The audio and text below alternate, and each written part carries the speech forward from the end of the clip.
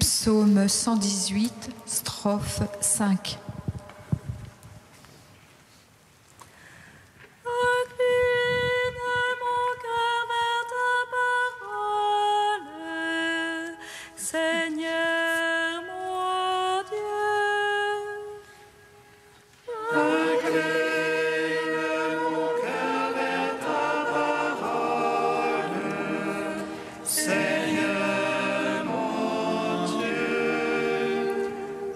Enseigne-moi la voie de tes volontés, je la veux garder en récompense. Fais-moi comprendre que je garde ta loi, que je l'observe de tout cœur. Guide-moi en chemin de tes ordres, car j'ai là mon plaisir. Infléchis mon cœur vers ton témoignage, et non point vers le gain. Garde mes yeux des images de rien. Vivifie-moi par ta parole. Tiens ta promesse à ton serviteur. Elle veut qu'on te craigne. Garde-moi de l'insulte qui m'épouvante. Tes jugements sont bienfaisants. Voici, je désirais tes préceptes. Vivifie-moi par ta justice.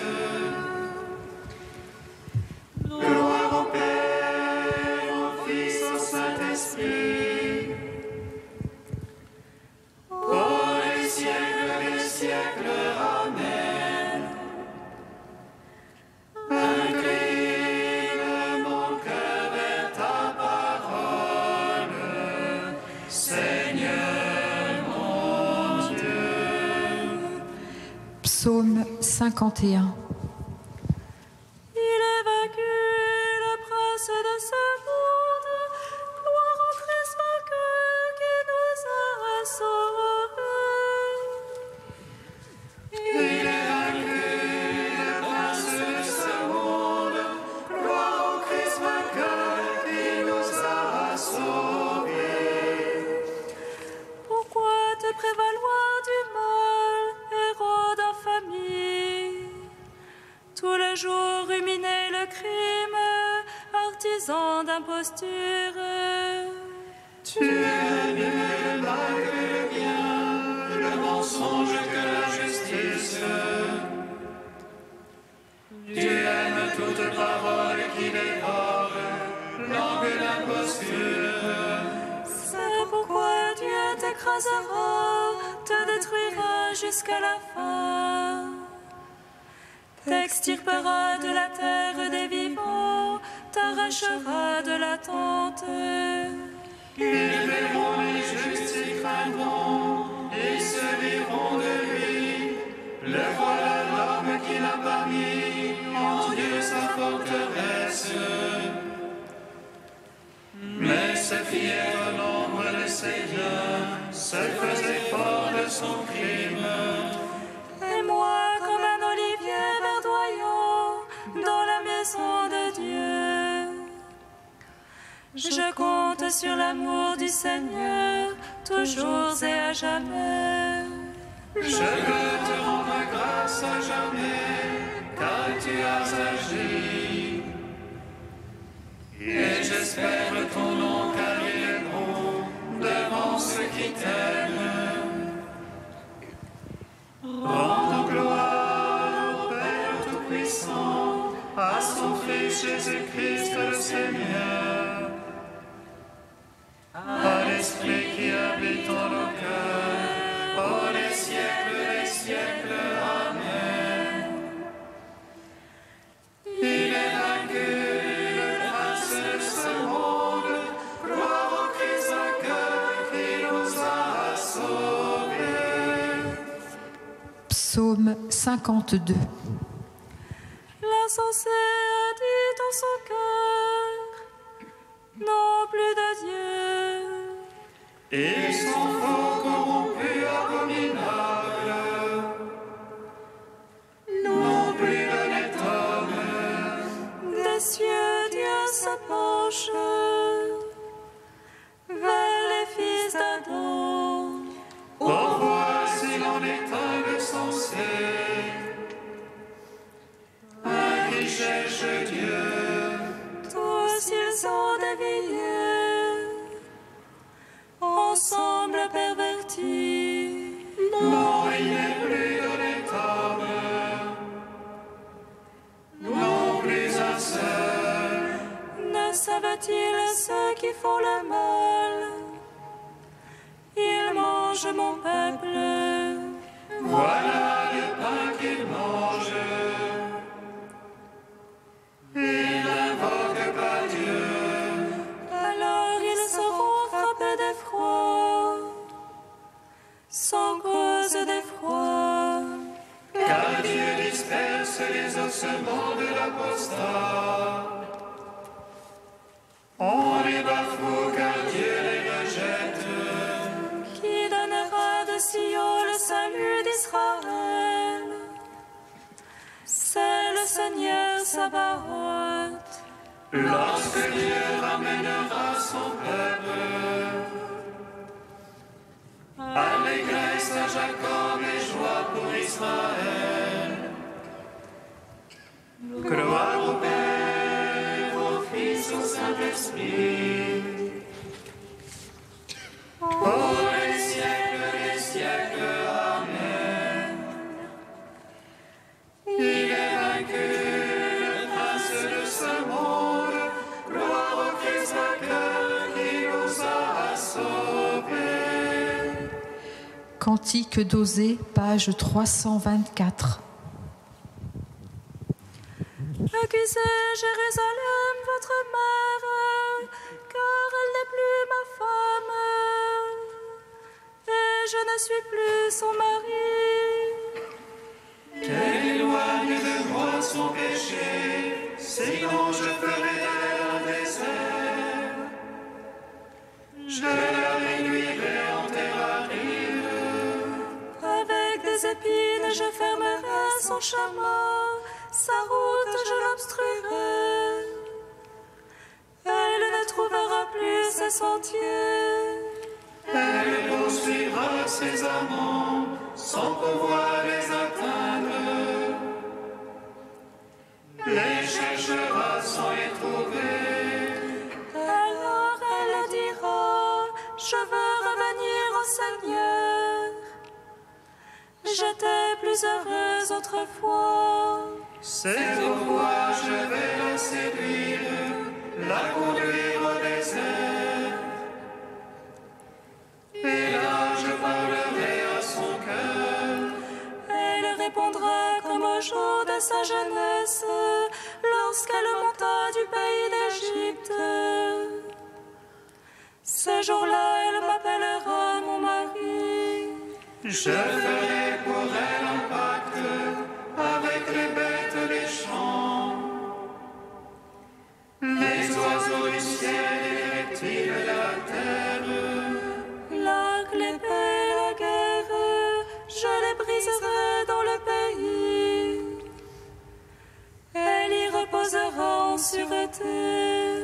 Je te fiancerai à moi pour toujours, dans la justice et dans le droit, dans la tendresse et dans l'amour.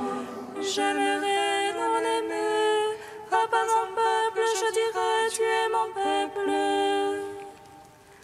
Et lui dira mon Dieu. Gloire au Père, au Fils, au Saint-Esprit, au Dieu qui était et qui vient, pour les siècles des siècles. Amen.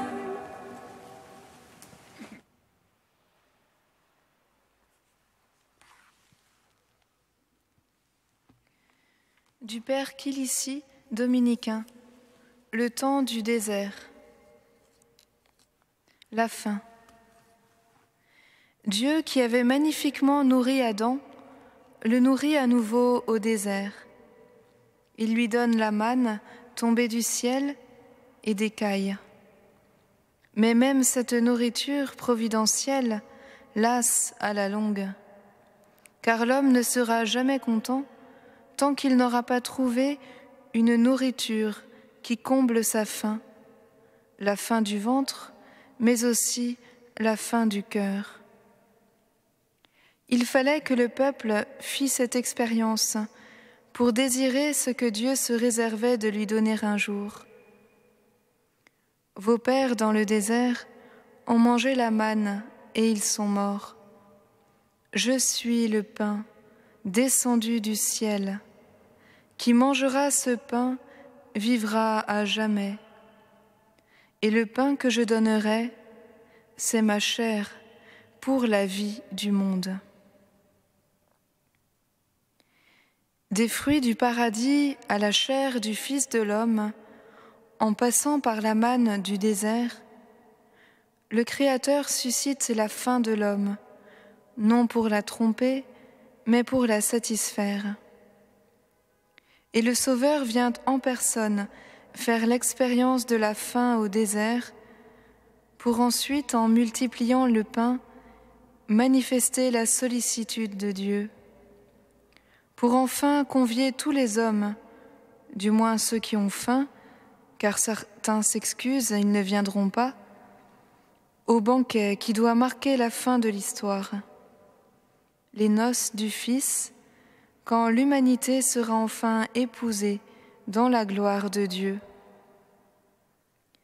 Ainsi s'accomplira le plan de Dieu.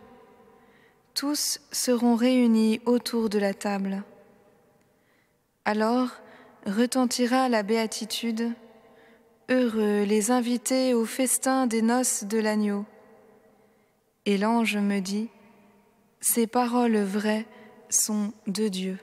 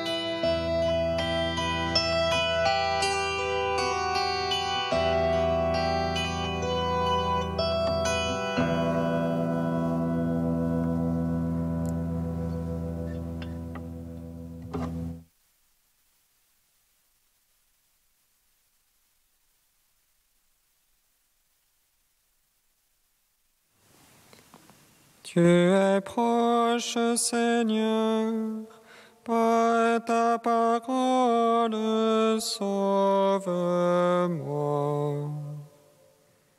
Tu es proche, Seigneur, par ta parole, sauve-moi.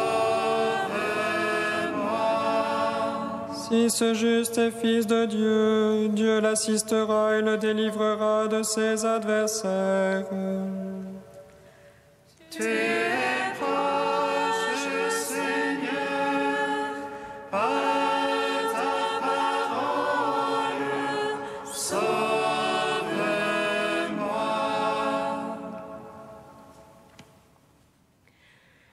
Lecture du livre de la sagesse. Les impies ne sont pas dans la vérité lorsqu'ils raisonnent ainsi en eux-mêmes. Attirons le juste dans un piège, car il nous contrarie. Il s'oppose à nos entreprises, il nous reproche de désobéir à la loi de Dieu et nous accuse d'infidélité à notre éducation. Il prétend posséder la connaissance de Dieu et se nomme lui-même enfant du Seigneur. Il est un démenti pour nos idées, sa seule présence nous pèse. Car il mène une vie en dehors du commun, sa conduite est étrange. Il nous tient pour des gens douteux, se détourne de nos chemins comme de la boue. Il proclame heureux le sort final des justes et se vante d'avoir Dieu pour Père.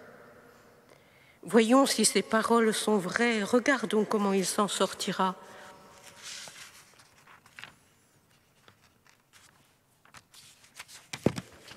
Si le juste est fils de Dieu, Dieu l'assistera et l'arrachera aux mains de ses adversaires. Soumettons-le à des outrages et à des tourments.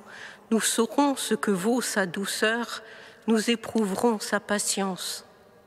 Condamnons-le à une mort infâme, puisque, dit-il, quelqu'un interviendra pour lui. C'est ainsi que raisonnent ces gens-là, mais ils s'égarent, leur méchanceté les a rendus aveugles. Ils ne connaissent pas les secrets de Dieu, ils n'espèrent pas que la sainteté puisse être récompensée, ils n'estiment pas qu'une âme irréprochable puisse être glorifiée. Gloire à toi, Seigneur, louange à toi. Gloire à toi, Seigneur, louange à toi.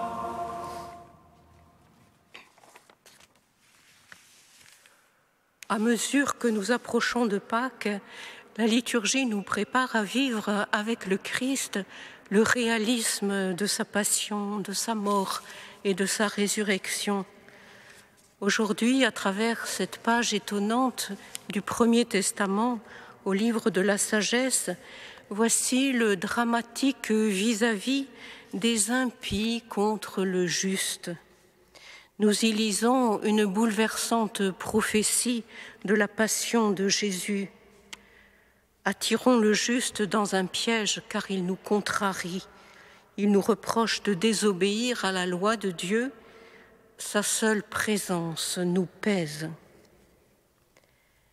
La persécution du juste est une énigme qui partout présente dans les Écritures, la prière des psaumes, l'expérience des prophètes et du peuple de Dieu.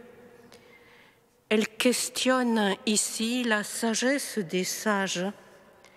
Pourquoi s'en prend-on si violemment au juste, au tzaddik, à l'homme de Dieu, jusqu'à comploter avec rage sa torture et son élimination par une mort infâme? Le livre de la sagesse tente ici une réponse.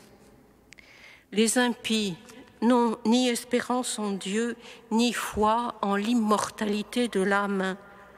N'étant pas dans la vérité, ils sont rendus aveugles et s'égarent. Un égarement qui les conduit à une méchanceté de plus en plus aveugle. Et le mal s'enchaîne ainsi sans fin. au mal. Ces gens-là méconnaissent les secrets de Dieu, dit notre texte. Ils n'espèrent pas que la sainteté puisse être récompensée. Leur méchanceté les a rendus aveugles. Le juste, lui, peut se dire enfant du Seigneur et même fils de Dieu, car il met toute sa foi en lui, se remet sans réserve entre ses mains. Il proclame heureux le sort final des justes et affirme sa dignité d'avoir Dieu pour Père. Frères et sœurs, Jésus le juste, fils de Joseph le juste, va s'identifier jusqu'au bout aux affamés et assoiffés de la justice, aux persécutés pour la justice, à qui est promis le royaume des cieux. Le juste persécuté, c'est lui. Mais il nous faut aller plus loin, car la révélation du Christ nous fait basculer dans un autre ordre. Jésus, le juste, est en effet le Fils de Dieu. Sa justice ne relève pas des hommes, elle est celle du Père des miséricordes, qui veut qu'aucun de ses enfants ne se perde. L'envoyé du Père va donc livrer sa vie pour tous les hommes, sans exception. Justes et impies, tous sont frères dans les entrailles du Père. Dans sa passion d'amour, Jésus ne va donc pas seulement s'identifier aux persécutés pour la justice, il va aller là où lui seul pouvait aller. Il va s'identifier aux impies eux-mêmes, jusque dans la nuit aveugle du péché. Père, pardonne-leur, ils ne savent pas ce qu'ils font. Lui qui n'avait pas connu le péché, Dieu l'a pour nous identifié au péché, osera dire saint Paul, afin qu'en lui nous devenions justice de Dieu.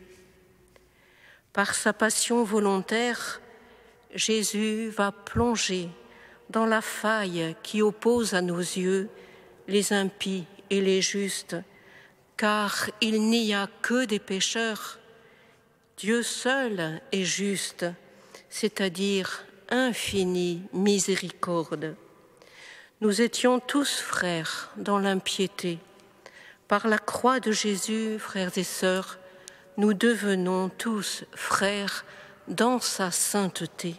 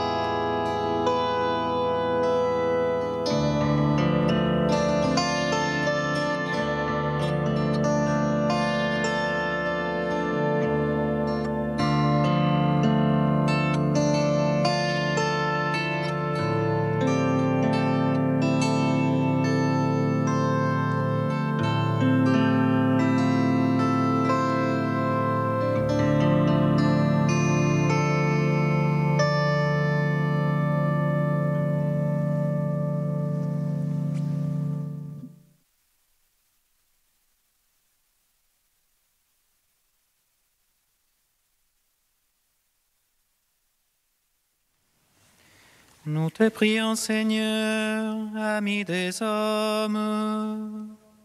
Nous te prions, Seigneur, ami des hommes. Nous voici devant toi, Seigneur Jésus, comme le Fils qui a dilapidé l'héritage. Toi, le Fils bien-aimé, conduis-nous vers le Père. Nous te prions, Seigneur, ami des hommes. Nous voici devant toi comme Zachée le publicain. Toi, l'ami des pécheurs, apprends-nous à donner. Nous te prions, Seigneur, ami des hommes. Nous voici devant toi comme la femme de Samarie. Toi, la source cachée, fais-nous boire l'eau vive. Nous te prions, Seigneur, ami des hommes.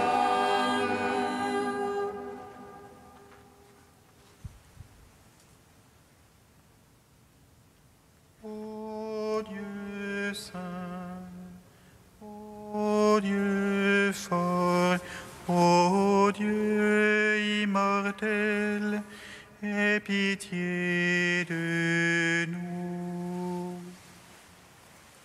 Ô Dieu saint, ô Dieu fort, ô Dieu immortel, aie pitié de nous.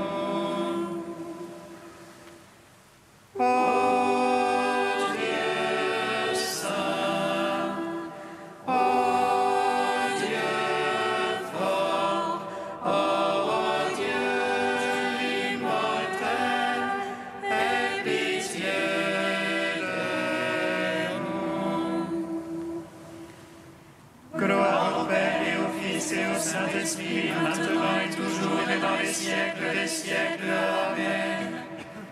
Dieu immortel, aie pitié de nous.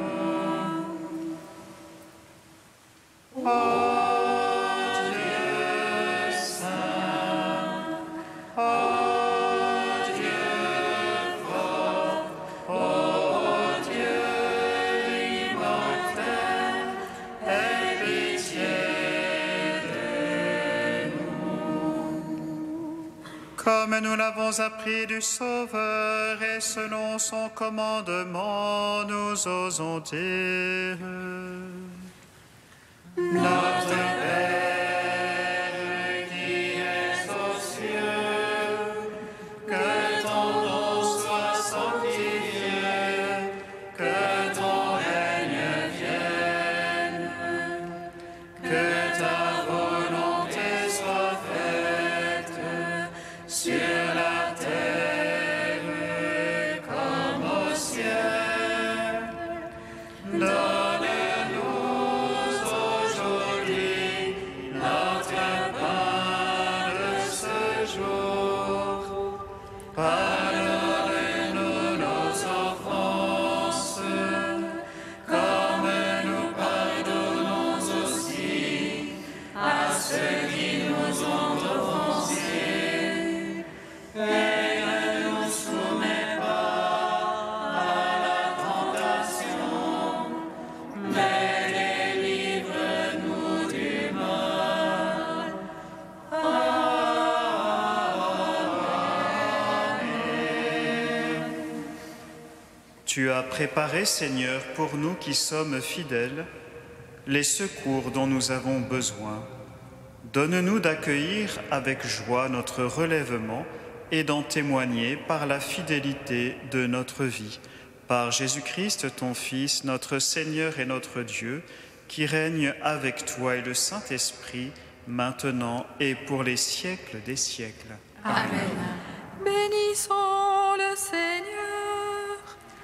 Nous rendons grâce à Dieu. Amen.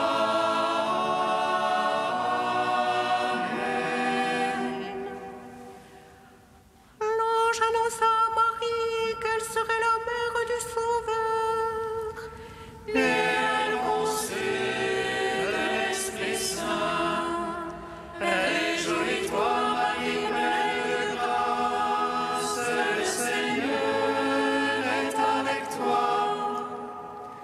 Tu es bénie entre les femmes et Jésus, le fruit de ton sein, est béni. Voici la servante du Seigneur. Qu'il me soit fait selon ta parole. Réjouis-toi, Marie, pleine de grâce, le Seigneur est avec toi. Tu es bénie entre les femmes et Jésus, le fruit de ton sein, est béni. Et le Verbe s'est fait chair. Et il a demeuré parmi nous. Réjouis-toi, Marie, pleine de grâce, le Seigneur est avec toi. Tu es bénie entre les femmes et Jésus, le fruit de ton sein,